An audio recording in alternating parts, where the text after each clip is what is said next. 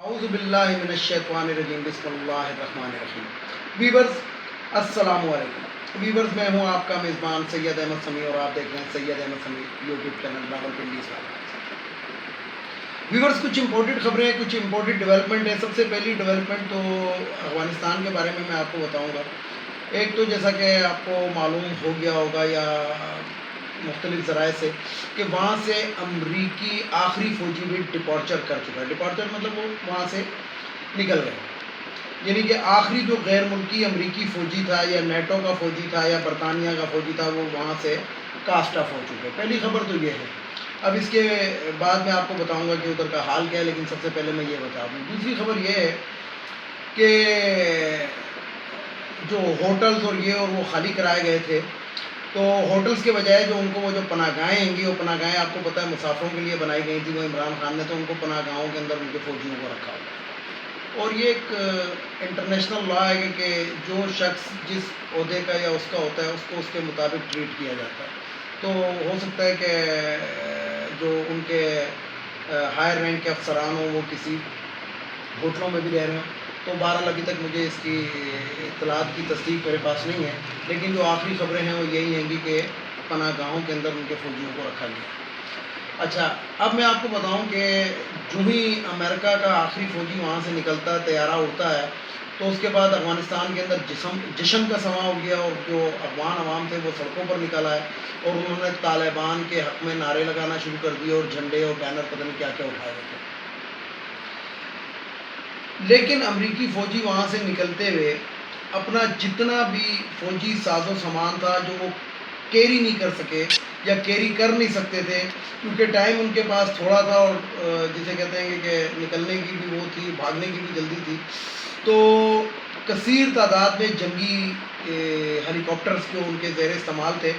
اس میں سے کچھ ایسے بھی ہیلی کاپٹر ہیں جو انڈیا نے افغان حکومت کو گفٹ کیے تھے، وہ بھی انہوں نے ناکارہ کر دیے، اور جو افغان فضائیہ کے لیے انہوں نے طیارے جو دیے تھے وہ بھی ناکارہ کر دیے، اور بڑے بڑے جو ہیلی کاپٹر تھے وہ بھی ناکارہ کر دیے، اور ایون کہ جو ان کا فوجی ساز و سامان یعنی کہ جو بلٹ پروف جیکٹیں ہو گئی یا اس قسم کی چیزوں میں ان تک کو آگ لگا دی گئی۔ اور کابل ایئرپورٹ کی ایک تصویر میں نے تھوڑی دیر پہلے شیئر کی ہے، تو آپ اس سے اس کا اندازہ لگا سکتے ہیں کہ وہاں پہ کابل ایئرپورٹ کے اوپر جو امریکی فوجی تھے وہ نکلتے ہوئے کیا کر رہے تھے۔ اب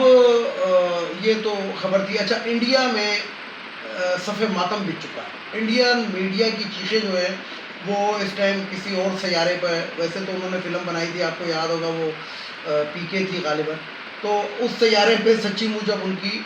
چیخیں جا رہی ہیں۔ انہوں نے تو ڈمی عامر خان کو بھیجا تھا، لیکن اب حقیقت میں ان کی چیخیں اسی سیارے پہ جا رہی ہیں اور بڑا جسے کہتے ہیں رونا دھونا مچا ہوا ہے۔ اب یہاں پہ میں آپ کو ایک پاکستان کی مطلب سیاست کی باتیں بتاؤں تو پاکستان کے اندر جو اس ٹائم حالات ہیں، سب سے پہلی بات تو یہ ہے کہ جی ایچ کیو کو کل بھی میں نے آپ کو حال بتایا تھا کہ جی ایچ کیو کے اندر جو حضرات گئے وہ معافی تلافی اور گٹے گوڑے پکڑنے کے علاوہ اور جسے کہتے ہیں کہ تلخ جملوں کا بھی تبادلہ ہوا، تلخ سوالات بھی انہوں نے کیے، لیکن جو جوابات وہاں پہ ملے تو مجھے آج ایک الفاظ یاد آ رہے ہیں ڈاکٹر عبدالقدیر خان کے۔ جب امریکہ نے کہا کہ ہم عبدالقدیر خان کو مروا دیں گے، تو ڈاکٹر عبدالقدیر خان کے ایک الفاظ تھے، ضیاء الحق کا دور تھا یہ، کہ everyone is doctor Abdul Qadeer in Kahuta research laboratory, یعنی کہ پتہ نہیں ہم نے کتنے قدیر خان پیدا کر لیے کوٹا ریسرچ لیبارٹری کے اندر۔ تو وہی والی بات ہے کہ آصف غفور تو تھے ہی تھے، لیکن آصف غفور کے بعد جو ان کے جانے کے بعد جو جانشین ہیں گے وہ بھی آصف غفور کی طرح کے ہی جواب دیتے ہیں، اور جو تلخ سوالات کیے گئے ان کا اسی طرح جواب دیا گیا، اور جسے کہتے ہیں کہ جو پیالی کا طوفان تھا وہ تھم گیا۔ اور بلکہ وہاں پہ سیاستدان جو تھے جس کے اندر یہ پاکستان پیپلز پارٹی تو ویسے قومی دائرے میں شامل ہو چکی ہے بالواسطہ یا بلا واسطہ آپ سمجھ لیں، کیونکہ ان کی ٹون تو اسی وقت چینج ہو گئی تھی، اور اب تو نون لیگ والے بھی ٹوٹ پھوٹ کا شکار ہیں، یعنی کہ ریسنٹلی خبر یہ ہے کہ شاہد خاقان عباسی جو ہے وہ بغاوت کے اوپر اترا ہوا ہے اور وہ شہباز شریف کو کسی طور پہ ماننے کے لیے تیار ہے۔ اچھا، شہباز شریف کی بھی گرفتاری متوقع ہے۔ کیوں متوقع ہے؟ کیونکہ 2021 اور 2022 کے شروع کے اندر، 2021 کے اینڈ اور 2022 کے شروع کے اندر جتنے بھی کیسز نیب کے اندر ہیں، پینڈنگ کے اندر ہیں، یا انہوں نے اسٹے لیے ہوئے ہیں، یا یہ مکاریاں بھاگ رہے ہیں، دوڑ رہے ہیں، اس میں ان لوگوں کو جو بھی مجرم ہیں ان کو سزائیں ہو جائیں گی۔ جب سزائیں ہو جائیں گی تو یہ نااہل ہوں گے یا جو بھی ہوں گے، تو مسلم لیگ نون جو ہے وہ کوشش یہ کر رہی ہے، شہباز شریف خاص طور پہ کوشش کر رہا ہے کہ الیکشن 2023 تک چلے گا۔ لیکن الیکشن جو ہے، یہ میں آپ کو بتا دوں کہ جو میری ایک انفارمیشن ہے، ذاتی انفارمیشن نہیں ہے یہ، مطلب بہت سے لوگوں کے ساتھ میری شیئرنگ ہوئی ہوئی ہے اس کے اندر، یہ 2022 کے اندر پاکستان کے اندر الیکشن ہوں گے، اور یہ کپتان ایک سرپرائز دینے لگا، یعنی کہ جو عمران خان ہے وہ ان لوگوں کو ایک سرپرائز دینے لگا۔ وہ سرپرائز کیا ہوگا؟ وہ سرپرائز یہ ہوگا کہ عمران خان قبل از وقت الیکشن اناؤنس کر دیں گے، اور بیک گراؤنڈ کے اندر اس کی ریہرسلیں بھی چل رہی ہیں۔ ریہرسل ایسے چل رہی ہیں کہ یہ جناب جتنے بھی ٹکٹ ہولڈرز ہیں پی ٹی آئی کے، ان کو متحرک کیا جا رہا ہے، ان سے ملاقاتیں کی جا رہی ہیں، ان کو ایکٹیو کیا جا رہا ہے، ان کے حلقوں کے اندر یعنی کہ مسائل کو سنا جا رہا ہے۔ تو یہ خبر میں آپ کو دے رہا ہوں کہ عمران خان جو ہے وہ بڑا کوئی سرپرائز دے سکتے ہیں۔ اب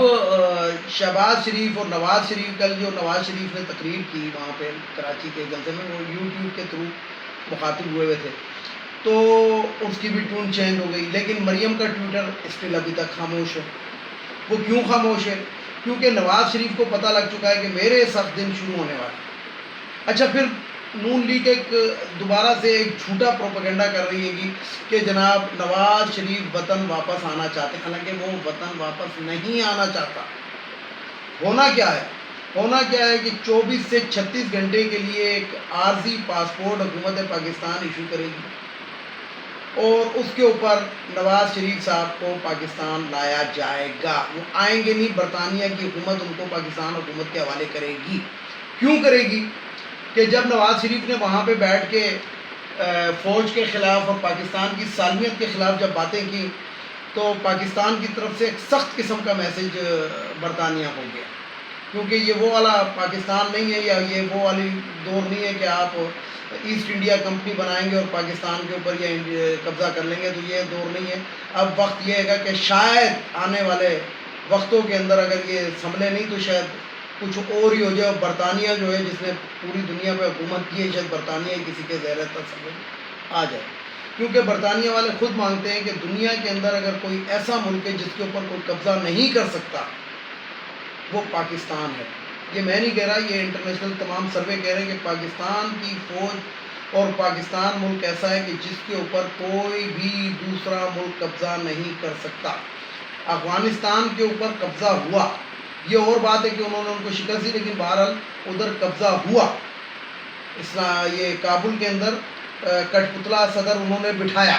عراق پہ قبضہ ہوا، لیبیا پہ قبضہ ہوا، لیکن پاکستان ان ملکوں کی صفوں میں نہیں آتا، اور کوئی اور چیز ہے، تو اس لیے یہ تو ان کی خام خیالی ہے۔ تو برطانیہ کو پاکستان کی اسٹیبلشمنٹ نے اور پاکستان کی سیاسی قیادت نے ایک میسیج بھیجا تھا کہ جناب ایک دوسرا الطاف حسین جو آپ برطانیہ میں پیدا کرنے کی کوشش کر رہے ہیں، تو اس سے باز رہیں، اور اگر پاکستان کی سالمیت کو اگر آپ اس کو نہیں سنبھال سکتے، اور پاکستان کی سالمیت کے اوپر یہ بندہ باتیں کر رہا ہے اور آپ اس کو نہیں سنبھال سکتے، تو آپ اس کو ہمارے حوالے کر دیں۔ تو یہ ایک سخت قسم کا میسیج تھا۔ اس کے بعد کیونکہ 3 دفعہ یہ نواز شریف وہاں پہ ایکسٹینشن اپنی کرا چکا تھا، 180 دنوں کے بعد جو ہوتا ہے وہ برطانیہ سے تھوڑی دیر کے لیے باہر بھی نکلنا ہوتا ہے، لیکن یہ تو لندن سے باہر ہی نہیں نکلا۔ 180 تو 3 دفعہ اس نے ایکسٹینڈ کرائی، اب 4تھی دفعہ کی گنجائش نہیں تھی، پھر اس میں اس کا پاسپورٹ بھی ختم ہو چکا تھا۔ تو اس لیے برطانوی حکومت نے پاکستانی حکومت اور پاکستان کی عسکری قیادت اور اسٹیبلشمنٹ کے سامنے ایک طرح سے گھٹنے ٹیکے، اور ابھی جو ہے نواز شریف جو ہے وہ وہاں پہ اپیل میں ہے، کورٹ آف جسے کہتے ہیں کہ کسی عدالت کی اپیل میں ہے کہ خدا کے لیے مجھے پناہ دے دی جائے۔ تو دیکھیں اب کیا ہوتا ہے، لیکن جو میں نے آپ کو خبر بتائی کہ ہونا یہ ہے کہ نواز شریف کو ایک عارضی پاسپورٹ بنے گا، سفری دستاویزات جس کو کہتے ہیں، اور کچھ ہی عرصے کے اندر اس کو پاکستان کے حوالے، شاید ہینڈ کف بھی لگی ہوئی اور پاکستان کے حوالے کیا جائے۔ تو یہ کچھ ایسی باتیں تھیں جو میں نے آپ کو بتانی تھی۔ اب میں آپ کو ایک اور بات بھی بتا دوں، وہ یہ ہے کہ جو خان اور بلاول ہیں، تو بلاول بھٹو زرداری کے بارے میں آصف علی زرداری، اب اس کے ساتھ پتہ نہیں بھٹو لگتا ہے کہ نہیں لگتا ہے، تو آصف علی زرداری صاحب نے کہا کہ میں آئندہ کی جو حکومت ہے وہ بلاول بھٹو کے ہاتھ میں دے گا۔